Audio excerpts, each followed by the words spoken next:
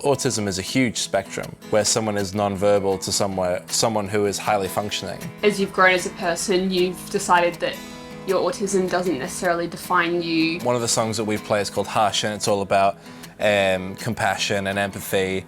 And those are things that you learn when you have autism. You have to learn to be empathetic to other people. So you can only imagine when you're dating how important those things are.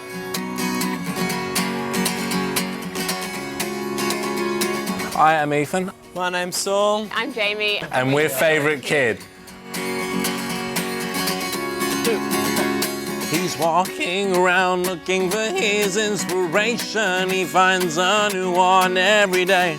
This interview making you feel in somehow uncomfortable, or talk about this? I think this is it's a good question, because I had no problem. I had no problem with the interview itself.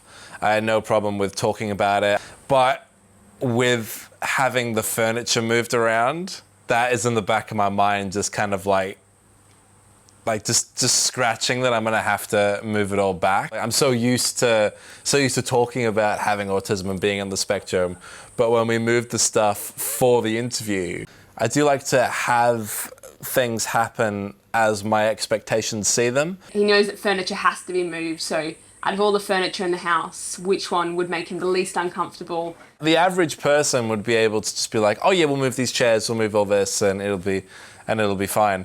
But is one of the challenges of having autism.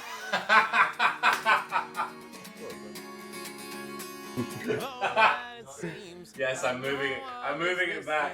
I'm moving it back.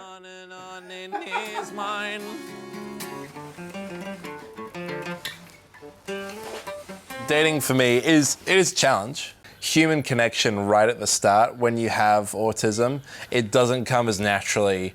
I'm currently seeing someone, it is hard because my memory is probably it's probably the most prevalent factor, where I'm kind of just forgetting dates, forgetting stuff that we've talked about. When Ethan first started dating, when he was, a teenager and a young adult, he couldn't quite grasp the thought that the romantic movies were different than real life. Paying rent really makes you think about how much money you should be spending on a bunch of flowers. Yeah, but I think having autism, he just couldn't understand why the girls weren't reacting the same as they did in the movies and why they weren't swept off their feet. And instead they were a little bit turned off and wouldn't answer his calls. His inspiration, he finds a new one every day. With his dreams spell dashed, he is holy. Music, it's funny because there's a lot of things in music that would make you uncomfortable.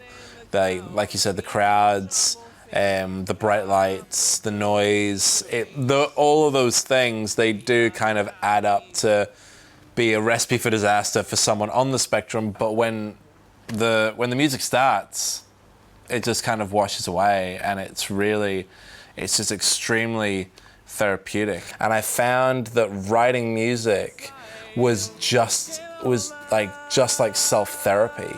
And it was a great way for me to be an advocate and spread awareness for people with autism that were on the stage and the music industry. But I know more than I did before.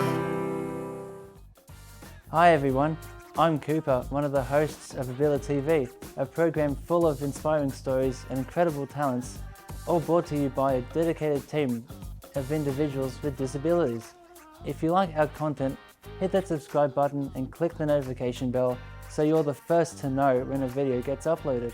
And don't forget to check out our other videos.